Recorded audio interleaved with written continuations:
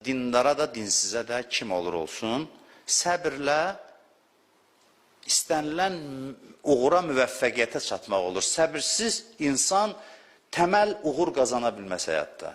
Keçici uğurlar ola bilər. Amma uğurlu insan sözün tam mənasında hər tərəfli insan ola bilməz, səbirsiz insan. Təbii ki, din kömək eləyir səbir xüsusiyyətinin yaranmasında. Amma səbir universal bir xüsusiyyətdir, hamıya lazım olan. Bir cəmiyyət ki, namaz qılır, oruç tutur, ibadət eləyir, din əhlidir. Amma səbirli deyil, o cəmiyyətə təəssüf etmək lazımdır, təəssüflənmək lazımdır. Səbir xüsusiyyəti olmayan cəmiyyətə. Dindarlar bəzən ailələrində övladlarına namaz öyrədir, ibadət öyrədir, amma səbri aşılamır. Bu uğurlu tərbiyə deyil.